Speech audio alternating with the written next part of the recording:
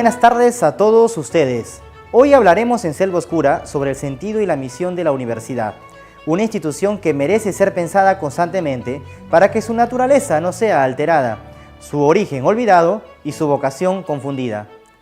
Confundida a tal extremo que en muchos casos pasa de ser una casa de estudios, en donde los hombres se preguntan por la verdad, a convertirse en un albergue de las ideologías o del capital. En tiempos donde nadie escucha a nadie, como lo dijo hace unos años el gran Fito Páez, o mejor dicho, en tiempos de conversaciones entre sordos, en donde el diálogo se reduce solo a alcanzar a la verdad, Ratzinger nos recuerda que la universidad es ante todo un lugar de diálogo, es decir, un lugar para buscar con el otro el logos, la verdad, un lugar concreto de encuentro para un intercambio de palabra y escucha, con la clara vocación de buscar al logos último y fundamento de todo. Llegados a este punto podemos asegurar que verdad y diálogo son dos conceptos claves para entender la naturaleza de la universidad. La misión de la universidad sería la de lograr una interpretación válida de la existencia y del hombre, una interpretación que tenga en cuenta el concierto dialógico de los saberes, con la finalidad de superar tanto el integrismo como el relativismo y poder así alcanzar el concordismo que tanto proponía Newman. De este modo, la universidad no se convierte en un refugio de saberes aislados entre sí, sino por el contrario, se vuelve cada vez más un lugar de búsqueda y de encuentro con la verdad, en donde se requiere una apertura de la razón, que tenga en cuenta todos los saberes, incluso las verdades de la fe. Pero una razón irresponsable olvida esto y alza vuelo sola hacia la verdad, como en el mito de Ícaro, que al volar solo demasiado alto con sus alas artificiales, se terminó por derretir la cera con la que se habían sido hechas. Una razón irresponsable sufre patologías, afirmaría Ratzinger, volviéndose una razón híbrida que ya no conoce su finalidad de abrirse a la totalidad por medio del diálogo para alcanzar a la verdad que desea. Por el contrario, una razón abierta y acompañada contribuye a alcanzar a aquella verdad última a la que es llamada toda acción verdaderamente universitaria. Es así como se configuró la universidad, una institución que la historia nos recuerda que nació del corazón de la Iglesia. De esto y mucho más conversaremos hoy en compañía de nuestros invitados, pero antes, Ingrid nos anticipa el video que nos introduce en el tema. Muy buenas tardes, Giancarlo, y muy buenas tardes a todos nuestros espectadores.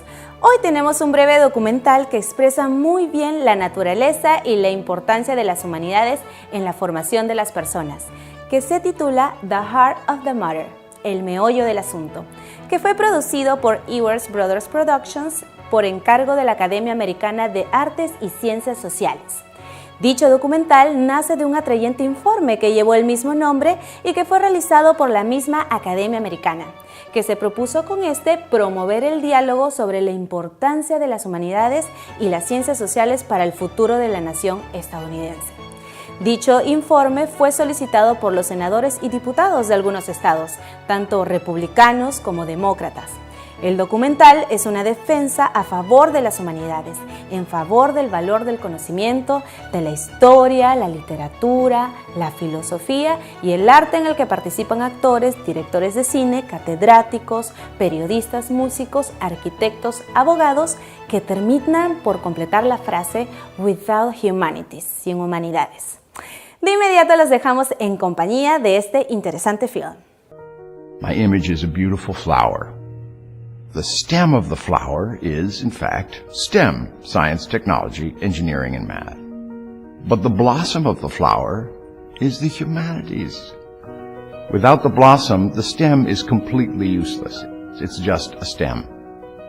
How essential it is that these two areas work in coordination with each other. Sciences are the how, and the humanities are the why. Why are we here? Why do we believe in the things we believe in? I don't think you can have the how without the why. Measurable is what we know, and the immeasurable is what the heart searches for. The humanities are the immeasurable. Philosophy, religion, history, literature, music, culture. The humanities are those subject areas that allow us to really probe what it means to be human. We all need to find who we are and how we fit into the world. The humanities teach us who we are. The humanities are the epitome of human expression. The humanities are what Thomas Jefferson meant when he said the pursuit of happiness. This is not a pursuit of objects in a marketplace of things. This is the pursuit of ideas in a marketplace of our future. Without humanities, life doesn't have life. That's at the heart of the matter. They're diminishing. The humanities are diminishing. The humanities are badly underfunded. Our leaders need to remain focused on all aspects of human knowledge and human endeavors. Education has been catastrophically weakened. Education is the most important thing that the human race can participate in. High school seniors, college graduates have such terrible misconceptions of what the world's about. A lot of American students graduating with a diploma in hand think we fought with the Germans against the Russians in the Second World War. How do you operate in a world as dynamic as today with that kind of misunderstandings? A lot of people think that the humanities are dispensable.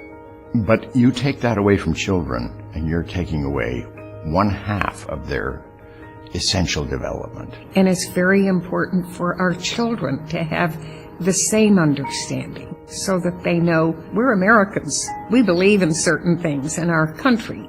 That's how we stay together as a people with common interests. That's how we survive.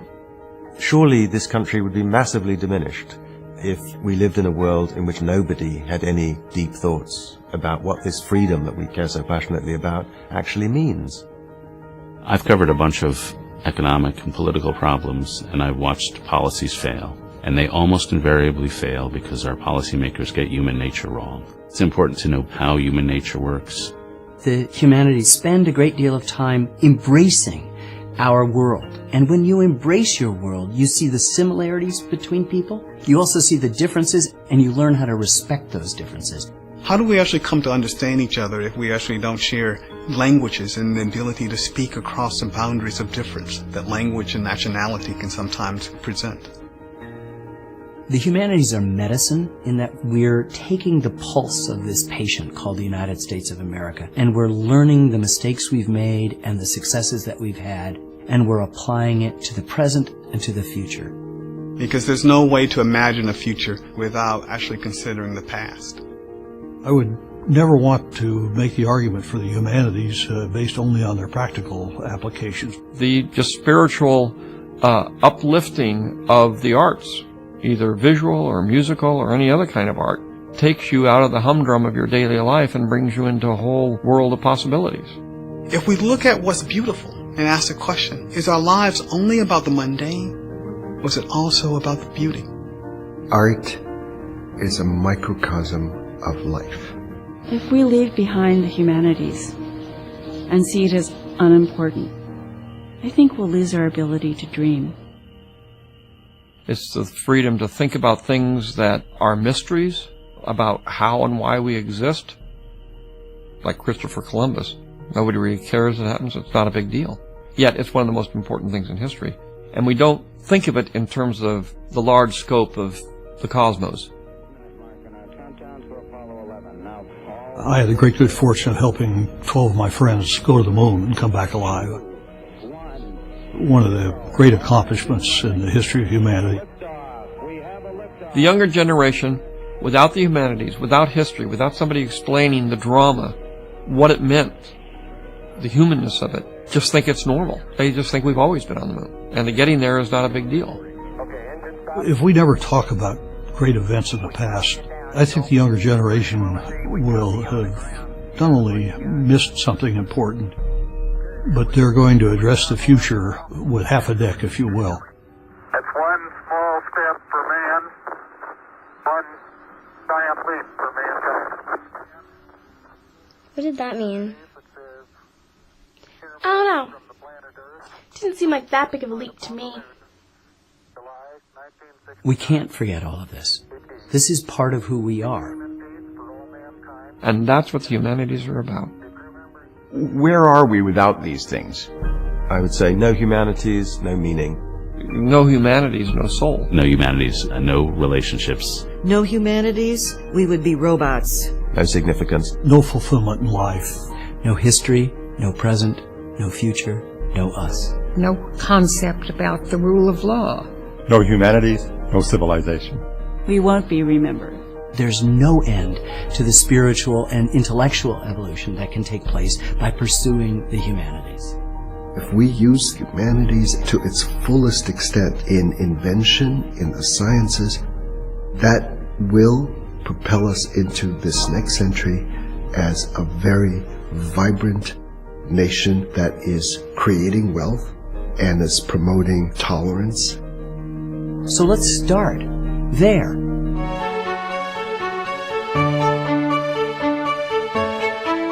Seguimos aquí nuevamente en Selva Oscura y en esta tarde nos acompañan 4 invitados de lujos que a continuación paso a presentar. Gian Battista Bolis, licenciado en Filosofía y Letras por la Universidad Católica del Sacro Cuore de Milán, cuenta con una maestría en Administración de la Educación por la Universidad Marcelino Champagnat y con un doctorado en Filosofía por la Universidad Nacional de Estudios de Cagliari. Ha impartido cátedras sobre análisis de las ideologías contemporáneas, pensamiento social cristiano, filosofía moderna y contemporánea, antropología religiosa, entre otros. Ha realizado múltiples actividades de voluntariado coordinando programas culturales y sociales y escrito varios artículos para diferentes revistas académicas. Finalmente, cabe resaltar que actualmente se desempeña como profesor principal, así como vicerrector administrativo y académico de la Universidad Católica CE Sapienza. Doctor Bolis, gracias por aceptar nuestra invitación. Gracias a usted. José Antonio Benito, licenciado en Filosofía y Letras por la Universidad de Valladolid, con un curso de posgrado en estudios de etnografía y folclore y un doctorado en Historia de América, ambos por la misma casa de estudios, se ha desempeñado como docente de los cursos de Historia de la Iglesia, Historia de la Educación, Historia de la Cultura, Historia del Perú, entre otros, en varias universidades del país. Ha escrito más de un centenar de artículos y publicado decenas de folletos y escrito algunos libros. Es colaborador habitual del periódico Correo Mariano, conductor del programa cultural especiales de PAC-CB y El Puente, y miembro ordinario del Instituto Ribagüero, entre otros. Actualmente es director del Centro de Patrimonio Cultural CEPAC y profesor principal de la Universidad Católica CE Sapienza y de la Universidad Facultad de Teología Pontificia y Civil de Lima. Finalmente, en 2016, obtuvo el Premio Nacional de Medios de Comunicación por la Conferencia Episcopal Peruana. Bienvenido, doctor Benito, esta tarde. Encantado, buenas. David Lago es bachiller en Educación y cuenta con una licenciatura en Educación en la especialidad de Filosofía y Religión por la Universidad Católica CE Sapienza. En 2011 realizó estudios de Doctrina Social de la Iglesia en la misma universidad junto con el Instituto Pastoral Redemptor Hominis de la Pontificia Universidad Lateranense de Roma. En junio de este año sustentó y aprobó su tesis sobre la belleza en Platón en la maestría en Filosofía de la Universidad Católica CE Sapienza. Actualmente es docente de los cursos de Antropología Religiosa, Teología y Filosofía Antigua en la misma casa de estudios. David, muchas gracias por aceptar esta invitación. Gracias a ti. Finalmente, Aldo Llanos estudió Ciencias Biológicas en la Universidad Mayor de San Marcos y estudió en la Facultad de Teología Pontificia Civil de Lima. Además, llevó estudios de Ciencia de la Gestión Económica Empresarial en convenio por la Universidad de San Marcos y la Universidad Montesquieu. Actualmente estudia una maestría en Antropología Filosófica en la Universidad de Piura y se desempeña como educador y gestor cultural, siendo uno de los directores del Teatro del Horizonte y fundador de los talleres de filosofía Filo 360, que busca difundir una antropología concreta en nuestra sociedad. Es un columnista de múltiples plataformas virtuales como Tomás Alvira, La Mula, aunque en La Mula ha sido bendecidamente censurado en algunas ocasiones por no estar de acuerdo con las ideologías caviares, y recientemente estuvo en la plataforma Lucidez y lo podemos escuchar semanalmente en el programa de actualidad Mundo Hoy de Betel Radio y ver semanalmente en la televisión comentando sobre cine en PAC-CB. Aldo, muchas gracias por venir. Bueno, el placer es mío estar junto con tan distinguidas personas.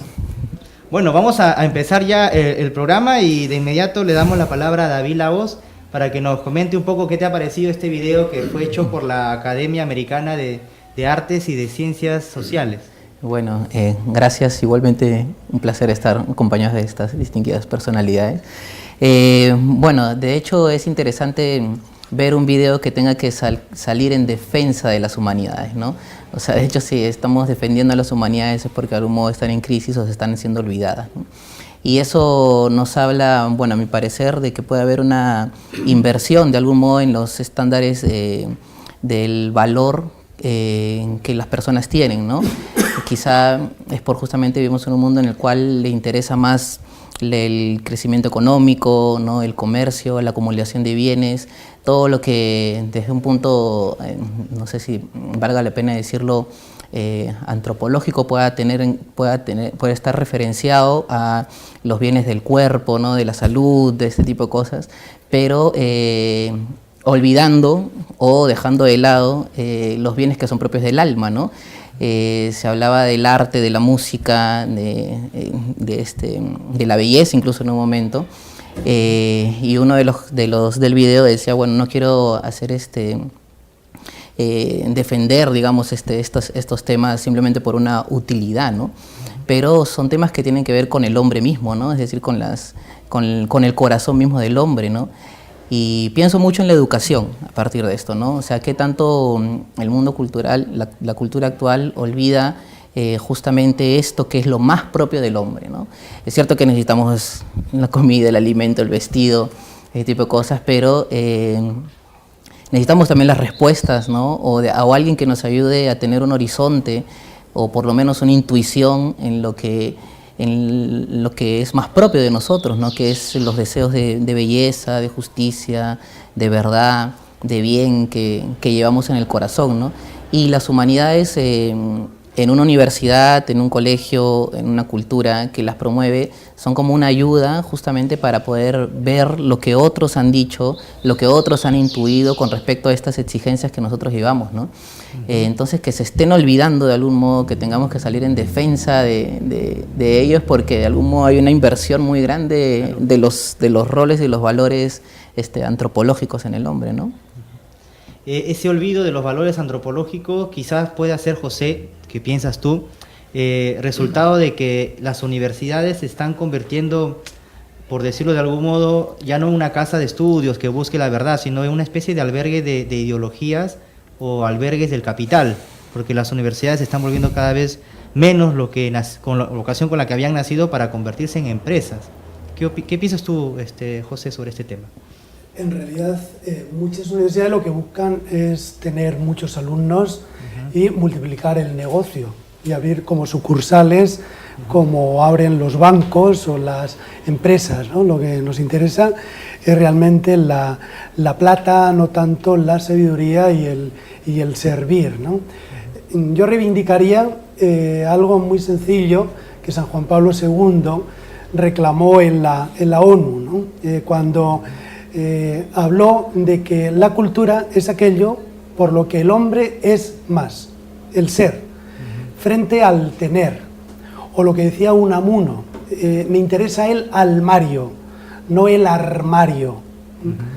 Parece que vivimos en un mundo y en una universidad que lo que busca sobre todo es el currículum, es preparar, pero para tener un trabajo, ¿no? Y si esta universidad lo que busca es la verdad, la belleza, la bondad, el saber conducirte en la vida, un para qué, como que no tiene tanta importancia en el cómo, ¿no? Que han insistido mucho en el video, ¿no? La universidad, además, no es tampoco hacer una dialéctica, no es decir, ahora nosotros con las humanidades, como dice muy bien David, tenemos que defender ser hombres, tenemos que defender la humanidad, tenemos que apostar por la universalidad, tenemos que apostar por todo, y ese es el sentido de la auténtica universidad, ¿no? Buscar la verdad en el hombre, en el cuerpo, en la sociedad, en la totalidad. Doctor Bolis, ese buscar la verdad, teniendo en cuenta el concierto de todos los saberes, porque no se trata de hacer esto que decía José, ¿no? De pegarnos solamente a las humanidades y olvidar las cuestiones técnicas, sino que en el concierto de todos los saberes el hombre tiene que buscar la verdad, tomando en cuenta esto. Y aquí en Lima Norte nace una universidad como la Universidad Católica C. Sapiense, precisamente con esa vocación. No sé si usted, cogiendo lo que en el video se ha querido tratar, ¿qué relación tendría lo que estas personas proponen en el video y lo que está haciendo la Universidad Católica Sede Sapiense en Lima Norte? Pregunta difícil. La primera cosa que yo diría es que las batallas en defensa de algo, simplemente en defensa de algo, son casi siempre perdientes. Es decir, en realidad el problema verdadero, en el caso de cualquier tipo de conocimiento o estudio, es hacerlo con seriedad, ir al fondo de esto. Hay decenas, centenares de grandes científicos que han sido al mismo tiempo cultores de las humanidades. Es imposible pensar a Einstein sin recordar la famosa frase cuando dice que quien no tiene el sentido del misterio infinito no puede ser un buen científico. Pero en la búsqueda de un conocimiento siempre más profundo, de una comprensión siempre más profunda de la realidad, es la característica de todos los grandes científicos.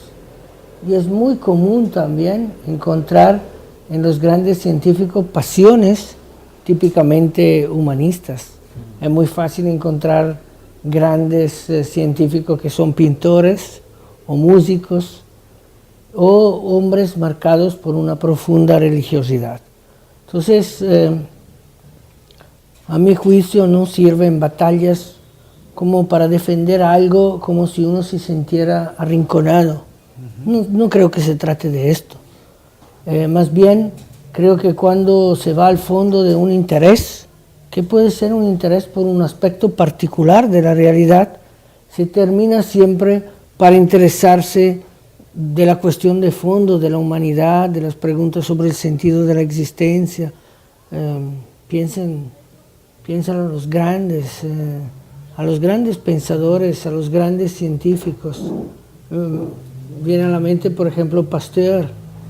Pasteur decía que había algo más terco que un científico y que era un católico de Bretaña como era él.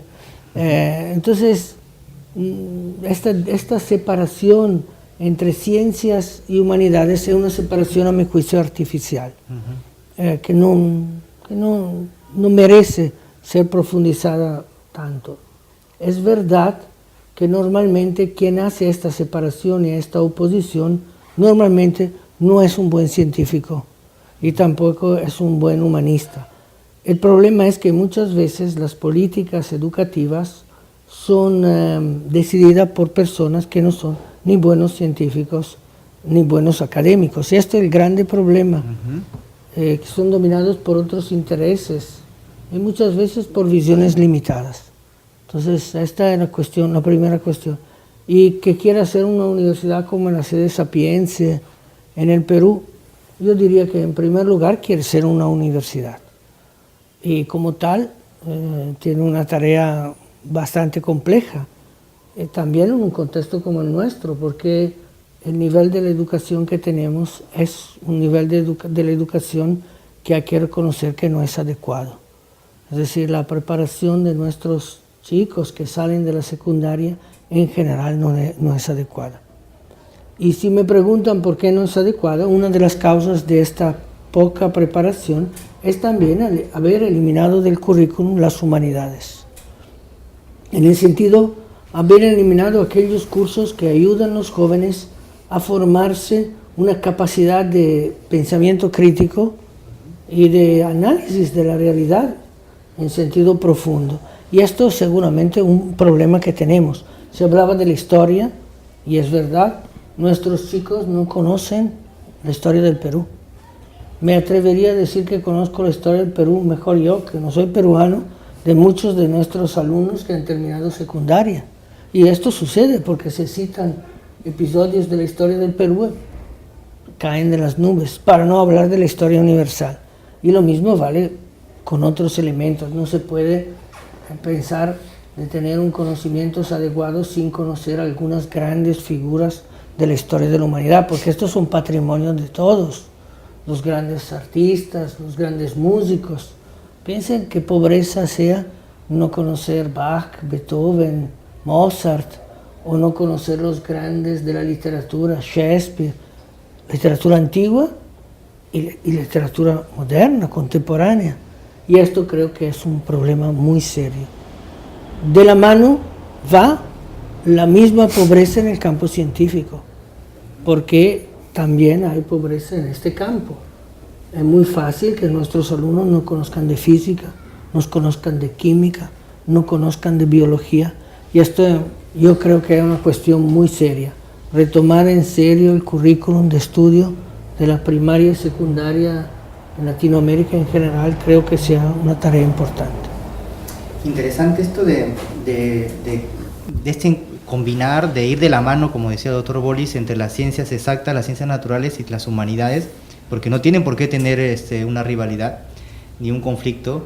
Y en tu caso, Aldo, que has tenido el privilegio un poco de conocer ambas partes, porque eres biólogo y además ahora haces una maestría en filosofía, en antropología filosófica. En tu experiencia personal y tomando en cuenta lo que hemos visto en el video, ¿cuál crees que sea el camino que en las universidades deben tomar para llevar de la mano ambos sectores del conocimiento, ¿no? Bueno, quizás es retomar la idea primigenia de la universidad, porque la universidad empieza bajo el rótulo de estudios generales.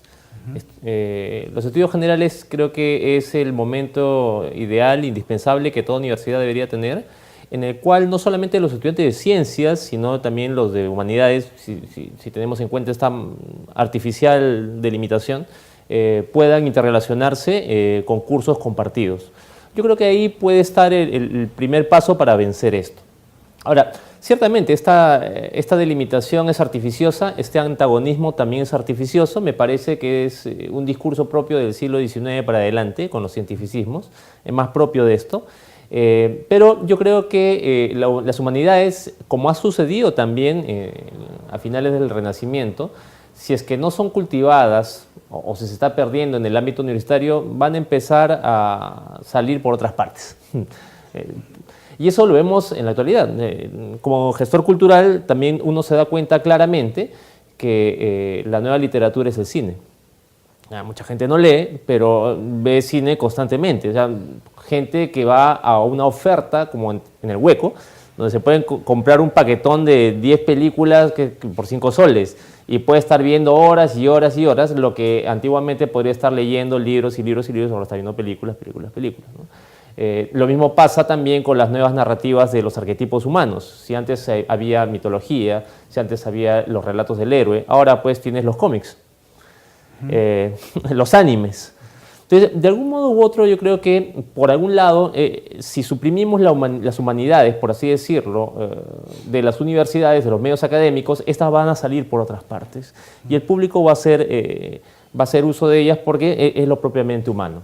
Ahora, volviendo al primer punto, sí, yo creo que en estudios generales y a través de módulos de aprendizaje, actividades extracurriculares, también un estudiante del área médica o del área empresarial tranquilamente puede estar formándose a través de videoforums, a través de clubes de lectura. Los clubes en la vida universitaria es muy importante, los clubes de danza, los clubes de poesía, los clubes de teatro, todo esto que conforme el ámbito universitario enriquece y no pueden ser suprimidos de ningún modo.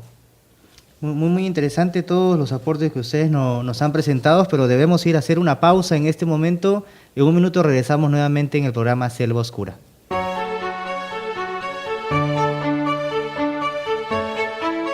Muchas gracias por seguir con nosotros aquí en Selva Oscura y de inmediato damos paso a Ingrid que nos introduce en el tema. Hace apenas unos años, el Papa Benedicto XVI, en su discurso a los participantes del Encuentro Europeo de Profesores Universitarios, nos recordaba que el nacimiento de las universidades europeas fue fomentado por la convicción de que la fe y la razón están destinadas a cooperar en la búsqueda de la verdad, respetando cada una la legítima autonomía, pero trabajando juntas. En este sentido, podíamos afirmar que el cosmos de la razón hacía viable lo que los medievales llamaban Universitas Scientiarum, el universo de los saberes. En este universo estaban siempre como protagonistas los estudios de filosofía y de teología a un alto nivel intelectual. No obstante, con los cambios sembrados por la modernidad, los saberes empezaron a aislarse unos de otros y se dio inicio al imperio de las ciencias exactas, así como de las ciencias del capital, lo que trajo consigo un cambio radical y se pasó de buscar la verdad a buscar solo lo útil y lo rentable. Sumado a estos cambios, surgirá en nuestro país nuevos criterios que limitarán de algún modo la autonomía universitaria, agrandando más aún la cuestión sobre el sentido de la universidad. Leyes que por un lado izarán la bandera de lo que muchos llamarían una educación de calidad. ¿Pero calidad en qué sentido? ¿No será más bien una búsqueda empapelada de calidad, es decir, solo una calidad técnicamente hablando, pero que reflejó un desierto de humanidades en todos sus artículos? Humanidades que pudieron haber brindado a la persona una verdadera calidad educativa. Ante esta situación nos preguntamos, ¿cómo surge la universidad? ¿Qué papel jugó la Iglesia en el orden de las universidades? ¿Cuál es su naturaleza? ¿Qué rol cumple dentro de la sociedad? Muy bien, seguramente esta tarde nuestros invitados tienen la respuesta. José, te damos la palabra de inmediato. ¿Cómo surgen las universidades? Hay varias hipótesis, varias tesis, ¿no? Quiero comenzar por una de Luis Martínez Ferrer, que me ha gustado, cuando habla de la translatatio, así como Carlomagno va a convocar a sabios, ¿no? en Aquisgrán, y van a ir de Grecia, de Roma, de toda Europa, ¿no? Entonces digamos que es como un primer momento, y luego de ahí pues van a pasar a París, después Salamanca, luego van a venir también a América, o sea, como que se va a ir trasladando de distintos lugares la sabiduría, Grecia, Roma, Europa, Occidente. Entonces, esa sería como una primera lectura. Luego habría que ver varios factores que se dan en la Edad Media para hablar de la universidad propiamente dicha, no solamente de estudios superiores, como ha podido haber en toda la historia del mundo. Entonces hay que reivindicar que la universidad es una criatura de la Iglesia y de Europa occidental, como conocemos la universidad. Entonces, en la Baja Edad Media nacen los burgos, nacen las ciudades, hay un momento en que la gente quiere saber, como que van madurando, ¿no? Y entonces lo que eran las escuelas simplemente de los monasterios, las escuelas municipales, las escuelas parroquiales, tienen que dar un paso más, ¿no? Porque la sociedad se va organizando, ¿no? Van madurando también los gremios, van madurando también hermandades, el cuerpo social, y esto hace que el gremio, sobre todo, dedicado a la educación y a la enseñanza, se vaya institucionalizando, ¿no? Entonces, allá por el 1080 hay como un primer documento, sobre todo en París, donde se habla ya de este gremio, esta hermandad de profesores, de alumnos, pero que están ya también aprobados, que tienen un respaldo del rey, que tienen un respaldo de la autoridad pontificia, que van a tener también cátedras, que van a tener también una institucionalidad, ¿no? Como han tenido también los gremios, el aprendiz, el oficial, el maestro. Lo mismo se va a dar también en las universidades, ¿no? Y va a haber pues un bachiller, un licenciado, un magíster, un doctor, ¿no? Entonces diríamos que esta serie de coordenadas va a hacer que se vaya institucionalizando, y luego hay que también incorporar lo que hemos escuchado del Papa Benedicto XVI, ¿no? Es estar abierto, el hermanamiento entre la razón y la fe, y que se va a concretar también como en 4, diríamos, búsquedas de la verdad, ¿no? La verdad, podríamos decir, en el ser humano, la verdad, y eso lo estudiaría sobre todo artes, los estudios generales que que alaba Aldo, y luego también artes y la antropología. Luego estaría la verdad sobre el cuerpo, que lo vería la Facultad de Medicina, y luego pues la verdad sobre Dios, la trascendencia, la teología. Entonces es importante ver que las universidades no eran como en la actualidad especialidades, saber casi todo de casi nada, no. Se buscaba el universo, se buscaba saber todo del ser humano, ¿no? Eso es, de momento. Entonces decías que en el origen de las universidades podemos identificar, por ejemplo, los monasterios. Y has mencionado también a Ratzinger, que también en otra ocasión dijo que las universidades nacen precisamente porque la fe tenía la convicción de que se podía conocer la verdad. Doctor Bolles, en este sentido, entonces la Iglesia también juega un papel importante en el nacimiento de las universidades. ¿Qué piensas tú cuando se afirma de que las universidades nacen del corazón de la Iglesia? Ha citado el título de un famoso documento pontificio, el Ex Corde Ecclesiae de Juan Pablo II. Es verdad. Yo diría, nacen del corazón de la Iglesia en el sentido que nacen del profundo del pueblo cristiano. No es una fundación de carácter institucional, fundamentalmente. El Papa las reconoce, los primeros reconocimientos son pontificios. Es una búsqueda del pueblo cristiano, también de una profundización de esta relación entre la fe y la cultura, un deseo de conocimiento que se expresa, un deseo de libertad.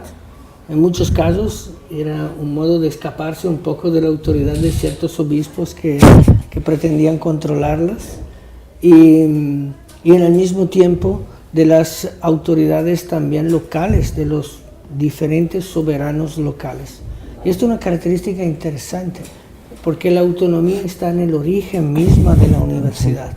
La universidad es una comunidad de profesores y estudiantes. En algunos casos comienzan los profesores, como en París, en otros casos, como en Bolonia, comienzan los estudiantes, que contrataban los profesores, elegían sus autoridades y manejaban la universidad.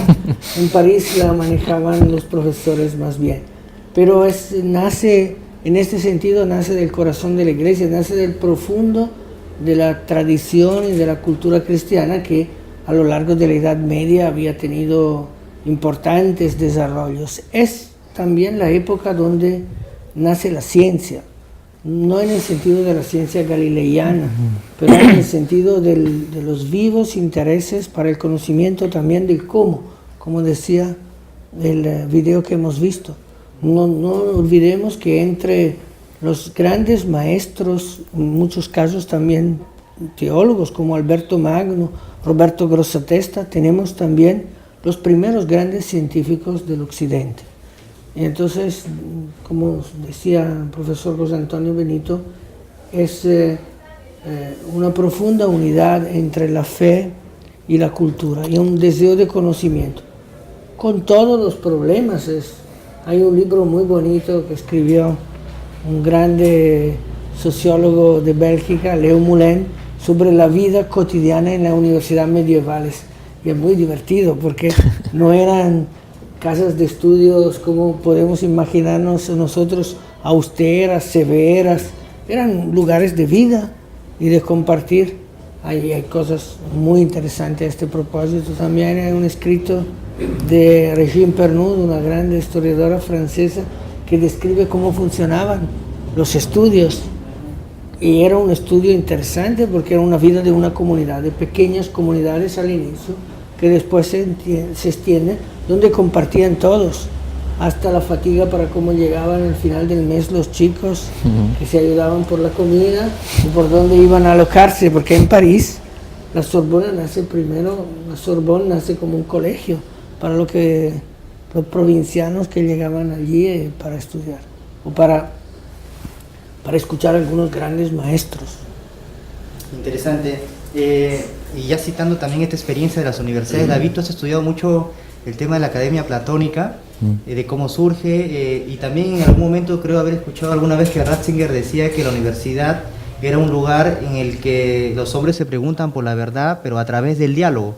que la universidad sería una institución en la que a través del diálogo se puede buscar la verdad que se desea. Y cuando hablamos de diálogo pensamos inmediatamente en Platón y en su academia. No sé si nos puedes decir si es que en algo ha jugado también el pensamiento platónico de la academia en la misión de la universidad. Bueno, de hecho hay una semejanza hasta cierto punto entre las universidades como nosotros propiamente las conocemos ahora y lo que fundó Platón, ¿no? De hecho, la institución efectivamente de las universidades surge en la Edad Media, como ya han comentado el profesor Benito y también el profesor Bolis. Platón es un hecho aislado de algún modo, ¿no? La academia platónica no tiene todavía el esquema y la estructura que tienen las universidades cuando ya se institucionalizan, pero quizá hay un punto de semejanza en el hecho de que efectivamente el espíritu de Platón propio también de Sócrates, que es su maestro, era el diálogo, ¿no? Y de hecho la academia era un lugar de diálogo, era un lugar donde era un encuentro entre, digámoslo así, maestros, ¿no? Profesores, entre comillas, ¿no? Y estudiantes, si lo quieren ver de ese modo, que propiciaba la búsqueda en términos platónicos de una realidad extramental que eran de algún modo las ideas, ¿no? Las ideas, las formas, ¿no?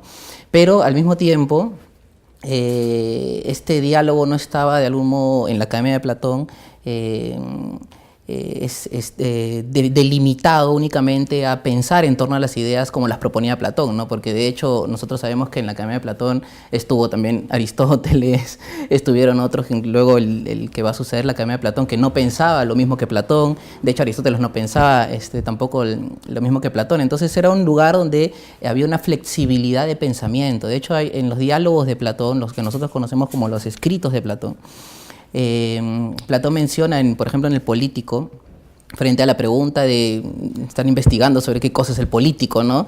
Y le preguntan, Platón, ¿no? Enmascarado en Sócrates, evidentemente, se pregunta, bueno, ¿y por qué hacemos la investigación del político? ¿Es para saber simplemente qué cosa es el político? O sea, ¿lo investigamos para saber al político en sí mismo? ¿O es para hacernos más hábiles dialécticos? Y terminan respondiendo, nos interesa más que saber qué cosa es el político, o sea, más que llegar a la definición, a la delimitación, a la apropiación, digamos, exhaustiva y enclaustrada de la verdad, nos interesa el método para alcanzar la verdad.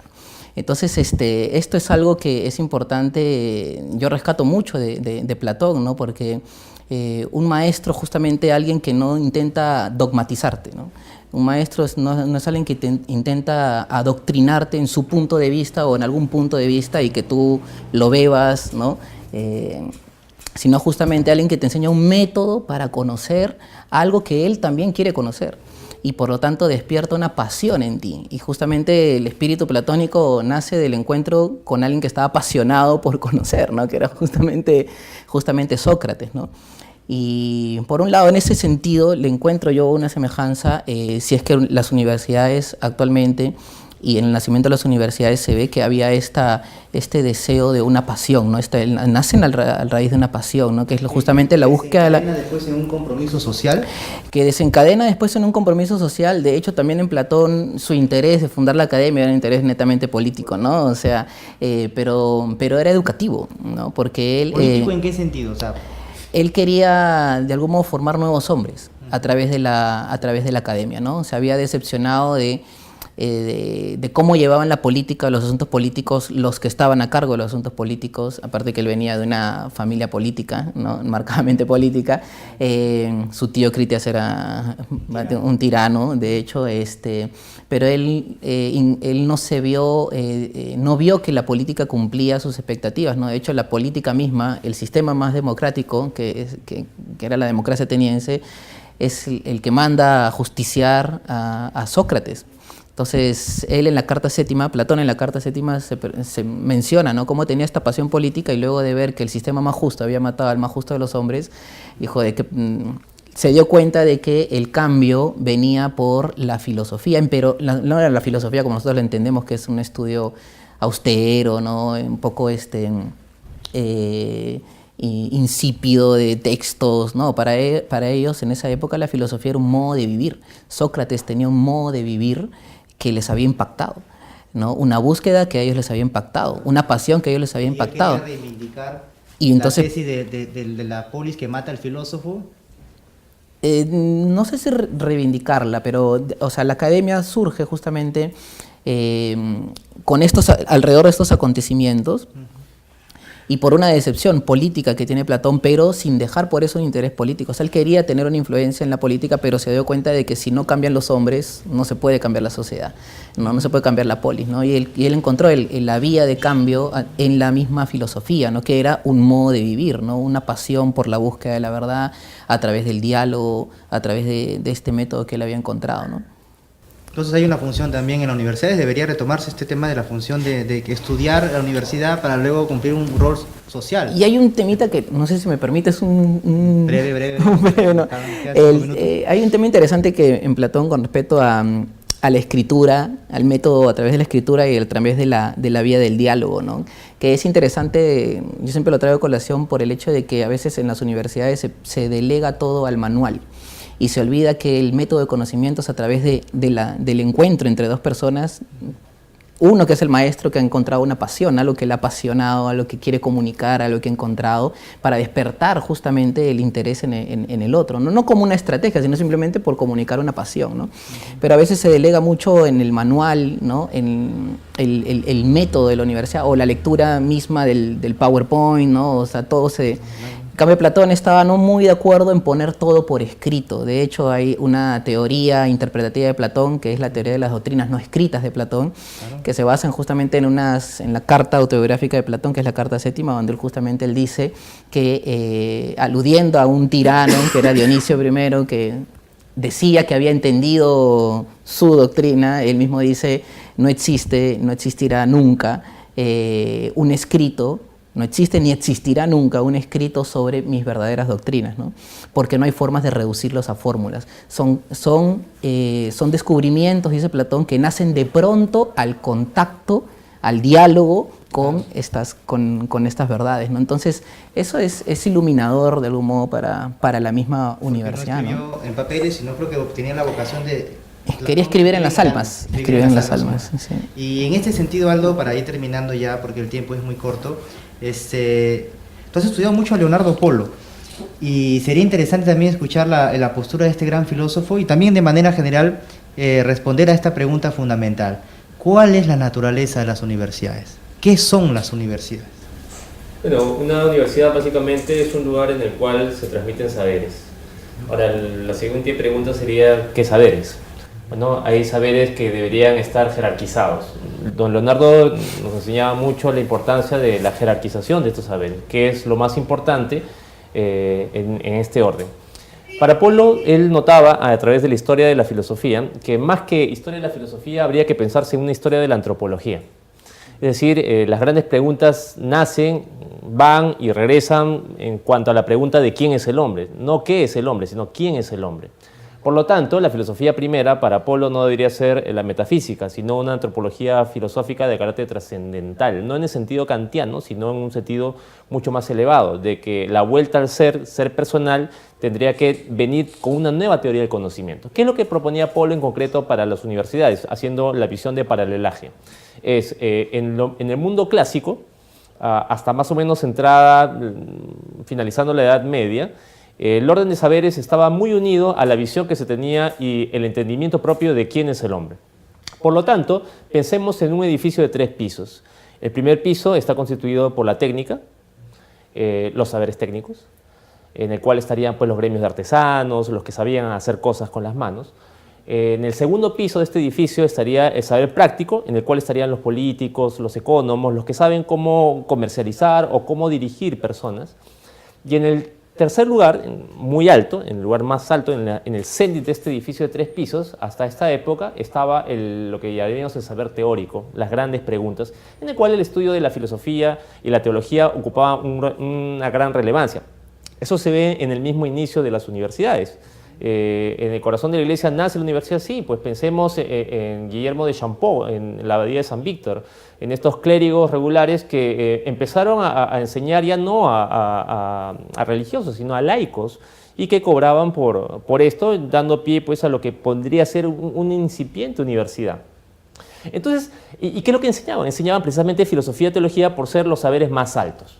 Ahora, si entramos a la lógica de la modernidad, en el cual el paradigma antropológico ya sale del ser personal y pasa al modo de ser, entonces se empieza a ver un cambio en la sociedad y también un cambio en la visión de lo que es la universidad. Se invierte esto. Es decir, el saber teórico ya no pasa a ser el más alto. El saber teórico, como la filosofía y la teología, pasa a ser el más bajo. En segundo lugar se mantendría el saber práctico y en primer lugar estaría el saber técnico. ¿Cómo lo ejemplificas eso en nuestra realidad cotidiana? Saber técnico, los ingenieros, las ingenierías, las medicinas. Saber intermedio, que es el saber práctico, economía, derecho, política. Saber teórico, filosofía, teología. Si a un muchacho en el día de hoy le pregunta y le dice a su papá, papá, quiero estudiar una carrera, y le dice, hijo, ¿qué es lo que quieres estudiar? Le dice, quiero estudiar filosofía, quiero estudiar teología. ¿Qué es lo que le respondería? Pues el papá típico de Lima Norte. Le dice, no, pues estás loco.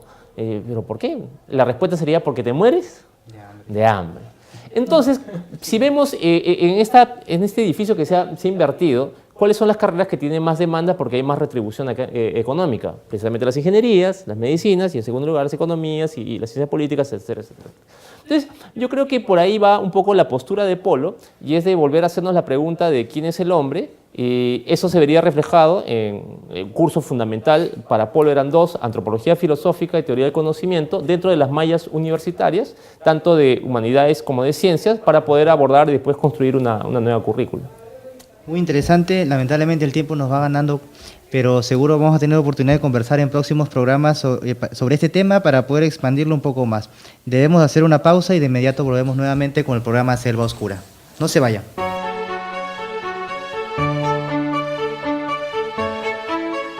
Muchas gracias por continuar con nosotros, pero lamentablemente el tiempo nos ha quedado muy corto. Pero antes de despedirnos, Ingrid tiene algo que decirles. Así es, queremos contarles que ya tenemos un correo electrónico que pueden visualizarlo en la parte de aquí.